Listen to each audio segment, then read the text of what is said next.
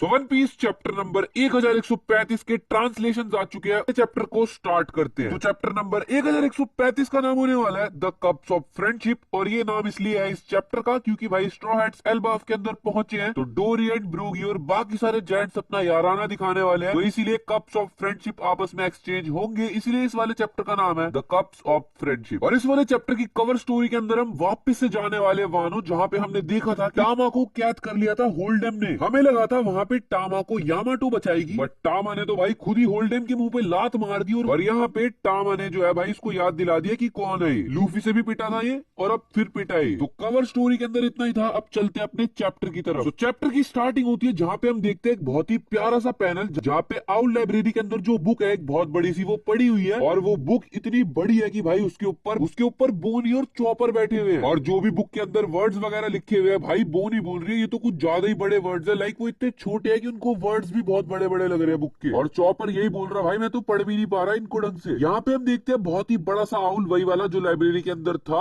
और इस आउल का नाम है बिबेलॉट, जो कि लाइब्रेरी का मास्टर बताया जा रहा है हमारे को। और ये सब बातें हमारे को सॉल बता रहा है, जो कि ये भी बोल रहा है कि भाई ये आउल यहाँ पे 100 सालों से भी ज्यादा से है। और सॉल यहाँ पे ये बोलता है कि जो ये बुक छोड़ने से बड़ी हो रही है ये सारा का सारा किया धरा इसी आउल का है। हेड लाइब्रेरियन है ये आउल यहाँ का भाई। और इसकी टेरिटरी यानी कि इस लाइब्रेरी के अंदर जिस भी बुक को ये लाते हैं वो चीज बड़ी हो जाती है। सॉल यहाँ पे हमारे को ये भी बताता है कि जो न्यूज वगैरह होती है वो एल्बाफ के अंदर नहीं आती, क्योंकि एल्बाफ जो है वो वर्ल्ड गवर्नमेंट के अंडर में नहीं आता। बट कुछ लोग जो यहाँ के फिशरमैन है वो लोग न्यूज़पेपर ले आते हैं जब वो बाहर वगैरह जाते हैं, लाइक समुद्र के अंदर न्यूज़पेपर वो यहाँ पे ले आते हैं एल्बाफ के अंदर। और ये लोग आउल लाइब्रेरी के अंदर आके उसको पढ़ते हैं कि न्यूज़पेपर तो छोटा ही होगा, लाइक यहाँ पे आके उसका साइज बड़ा हो जाता है फिर पढ़ते हैं ये लोग। और यहाँ पे लिलिथ हमारे को ये बताती है कि इस आउल ने जरूर रियर नाम का डेविल फ्रूट खाया होगा, उसी की वजह से ये सब कर पा रहा है, क्योंकि जो इनऑर्गेनिक चीजें है उनको भी ये ग्रो कर पा रहा है। तो भाई ये बहुत बड़ी बात है और ये एबिलिटी एल्बाफ के लोगों के लिए बहुत बढ़िया और फायदेमंद है। तो सॉल यहाँ पे रॉबिन से पूछता कि यार जो यहाँ पे तेरे को लाने का मतलब है, मतलब तेरे को पुरानी चीजों की याद आ रही है? तो रॉबिन बोलती है हाँ भाई कुछ कुछ तो याद आ रहा है उसको। और यहाँ पे चॉपर रॉबिन से पूछता है कि यहाँ पे कुछ मेडिकल बुक्स वगैरह पड़ी हुई है क्या? जहाँ पे रॉबिन उसको बताती है कि यहाँ पे कुछ तो होंगी मेडिकल की बुक्स भी, बट ज्यादातर हिस्ट्री से रिलेटेड ही होंगी। और यहाँ पे सॉल चॉपर को बताता है कि हाँ भाई कुछ मेडिकल रिलेटेड बुक्स होंगी। चॉपर बोलता है फिर तो भाई पढ़ने में मजा आ जाएगा। बट यहाँ पे सॉल बताता है कि उन बुक्स को अब बड़ा किया जा चुका है जिनको वापस छोटा नहीं कर सकते हम लोग। और यहाँ पे आया एक बहुत ही मस्त पैनल। लूफी भाई बहुत ही ज्यादा एंजॉय कर रहा है जायंट स्विंग के ऊपर, मतलब झूला झूल रहे हैं यहाँ पे। भाई इतना तेज झूला झूल रहा है लूफी, जो जायंट किड्स है जिनके लिए झूला बना पड़ा है वो रो रहे हैं, लेकिन लूफी को मजा आ रहा है। और उसोप भी हवा में लटका पड़ा भाई जायंट किड को पकड़ के। लूफी बोल रहा है धीरे चल रहा है भाई और तेज चलाओ। लूफी को झूला झूलने में मजा आ रहा है, लेकिन भाई नाम ही लूफी और उसोप दोनों के घूसे घूसे बजाती है, क्योंकि वो जो जायंट किड्स है वो लोग डर चुके हैं भाई, बट लूफी को मजा आ रहा है। तो वो जायंट किड वहां पे जाके जर्ड के गले लग जाते हैं और बोलते हैं मिस जर्ड ये तो बहुत ज्यादा स्कैरी था। बट यहाँ पे लूफी के अंदर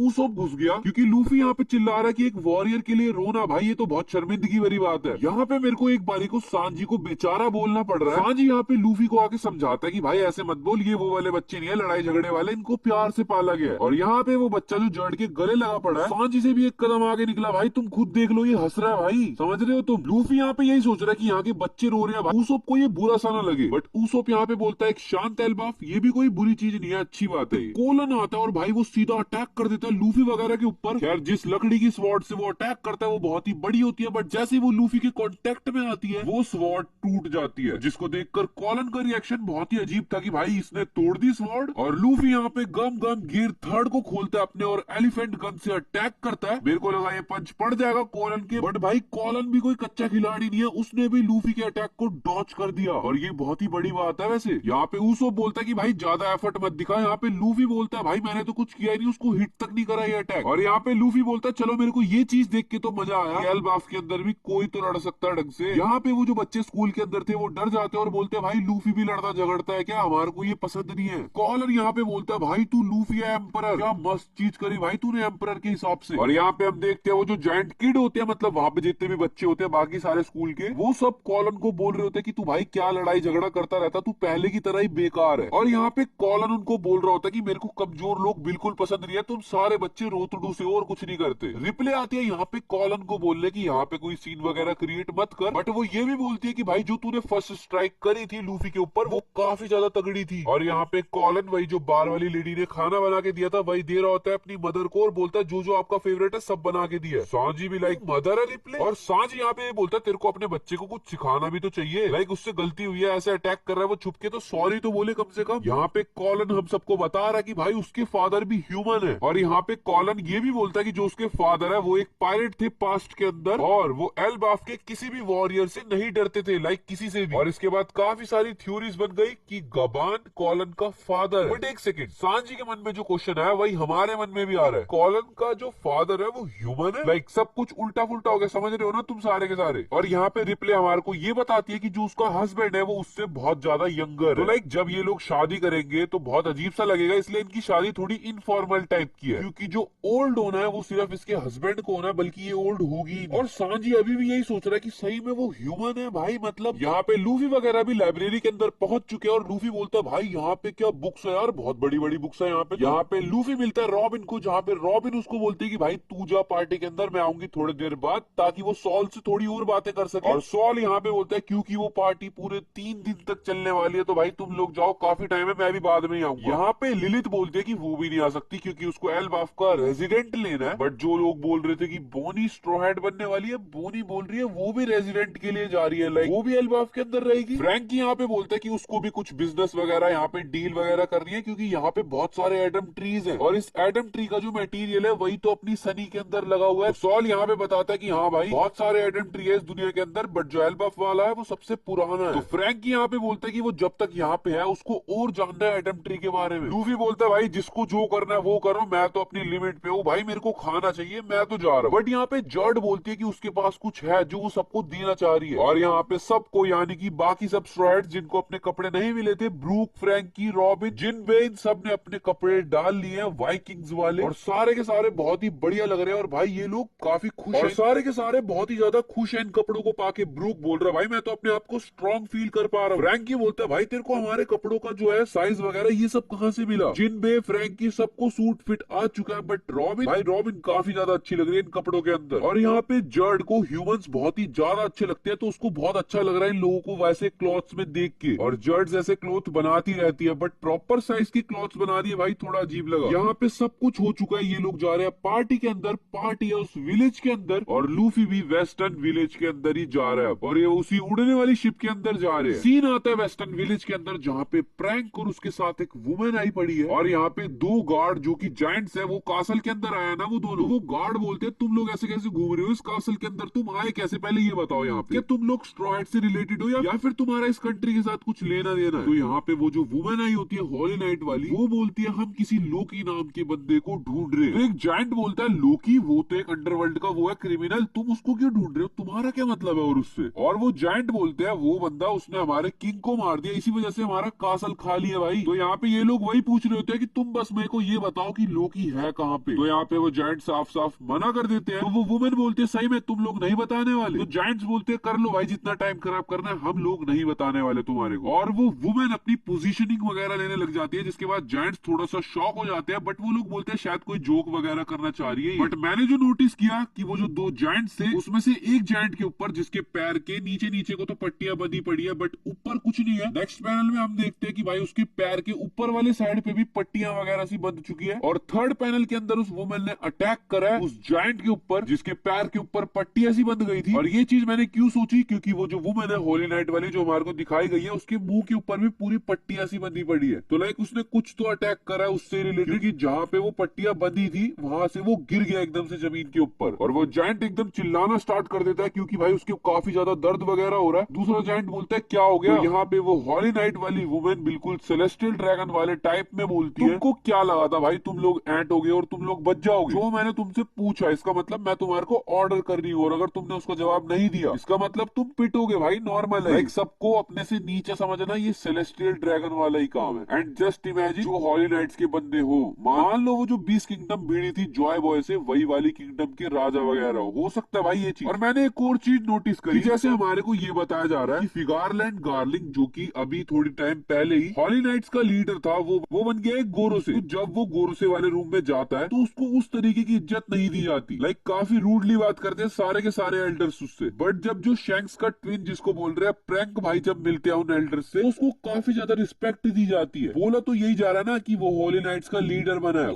उसको इतनी रिस्पेक्ट क्यों दे रहा है? बल्कि फिगारलैंड गार्लिंग को भी रिस्पेक्ट देनी चाहिए थी ना फिर। तो मेरे को ऐसा लग रहा है कि ये शैंक्स का भाई होने की बजाय उसका फैमिली का कोई मेंबर भी हो सकता है, लाइक दादा वगैरह, जो कि ईमू की पावर्स की तरह हो सकता है इमोर्टल हो और उन्हीं 20 किंगडम्स में से राजाओं में से एक भी हो। और वेस्टर्न विलेज के अंदर जहाँ पे प्रैंक और वो वुमेन आए पड़े हैं, वहां पे लूफी वगैरह भी आ चुके हैं। तो लाइक लूफी वर्सेस शैंक्स यानी कि इविल ट्विन वो भी यहाँ पे हो सकता है। और मैं ऐसा क्यों बोल रहा हूँ, क्योंकि दोनों ही लोकी को फ्री करवाना चाहते हैं। खैर हम वेस्टर्न विलेज के अंदर सीन देखते हैं जहाँ पे लूफी और ऊसो बहुत ही ज्यादा खुश है, क्योंकि भाई वो फाइनली एल्बाफ के अंदर आ चुके हैं और वो लोग पार्टी भी कर रहे हैं ना यार। तो एक वाइब आ चुकी है उनके अंदर, जहाँ पे डोरियन ब्रोगी बहुत ही ज्यादा खुश है और वो ऑफिशियली वेलकम कर रहे हैं स्ट्रॉ हैट्स का एल्बाफ के अंदर। लूफी तो भाई खाना पीना चालू भी हो चुका है और ये लोग बहुत ही ज्यादा खुश है, क्योंकि लूफी और उसके क्रू ने बिग मॉम और काइडो तक को भी मारा है। तो लाइक जो भाई एल्बाफ के दुश्मन है उनको मार दिया, बिग मॉम तो एक तरह से है ही ना। तो हाँ, ये लोग काफी ज्यादा खुश है और यहाँ पे फुल पार्टी वगैरह चल रही है। और यहाँ पे डोरियन ब्रोगी, काशी एंड ओइमो, साथ में हजरुद्दीन सारे के सारे थैंक यू बोल रहे हैं, क्योंकि एल्बाफ के लिए उन्होंने बहुत कुछ किया स्ट्रॉ हैट्स ने। और यहाँ पे सब के सब कप्स हवा में उड़ा के भाई